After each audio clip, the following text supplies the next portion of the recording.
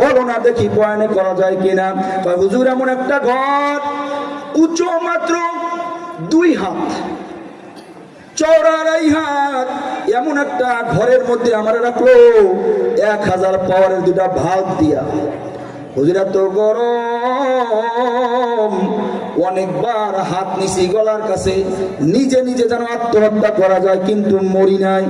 বারবার বলছি আল্লাহ তুমি আমাকে সেল থেকে বাঁচাইয়া প্রয়োজনে জাহান্নামে দাও, কষ্টে শরীরের কষ্ট সহ্য হয় না।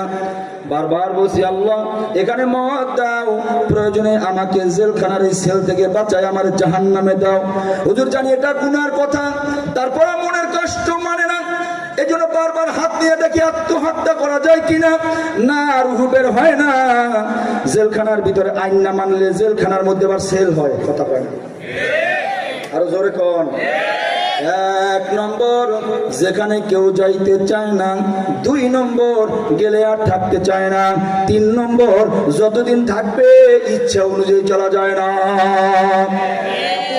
প্যান্ডেলের সাউন্ড একটু বাড়াই দাও, আমার গলা বই গেছে তো, বাঙ্গাসুরা মানুষ আইছি তোমাকে দেশে, একটু বাড়াই দাও বাবা একটু। আলহামদুলিল্লাহ। আমার আলোচনা বুঝতে কষ্ট হয় না তো? নবী বলেন দুনিয়াটা মুমিনদের জন্য জেলখানা। বলেন মুমিনদের জন্য কি? আমি যদি মুমিন দাবি করি তাহলে আমার জন্য দুনিয়াটা জেলখানা, আমার জন্য দুনিয়া কি? জোরে বলেন, জোরে জোরে। তাহলে এখানে কেউ আসতে চাই নাই। আপনারে আমারে দুনিয়ার জমিনে পাঠাইছে কে? জোরে জোরে। কে পাঠাইছে? মুমিন নশ্বর এই জগতে থাকতে চায় না। মুমিন হয় তার রেখে দুনিয়া তরফকারী হয়। হাজারো দুনিয়ার সামনে মজুদ থাকে কিন্তু সে ধরে না। সে কি করে না? 1 নম্বর যেখানে কেউ যাইতে চায় না, আপনি আমি আসতে চাই নাই, দুনিয়া নামক বাজারে আপনার আমারে পাঠাইছে কে? আল্লাহ বলে তো সব জোরে কোন, আরো জোরে কোন।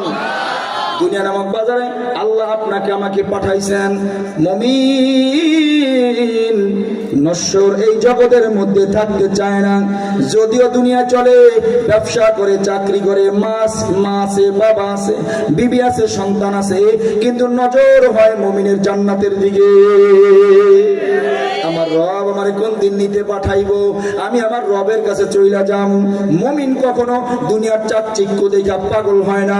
মুমিন কখনো দুনিয়ার দিকে তাকাইয়া রবরে বেজার করে না। মুমিন কখনো দুনিয়ার দিকে তাকাইয়া জান্নাত বিক্রি করে না।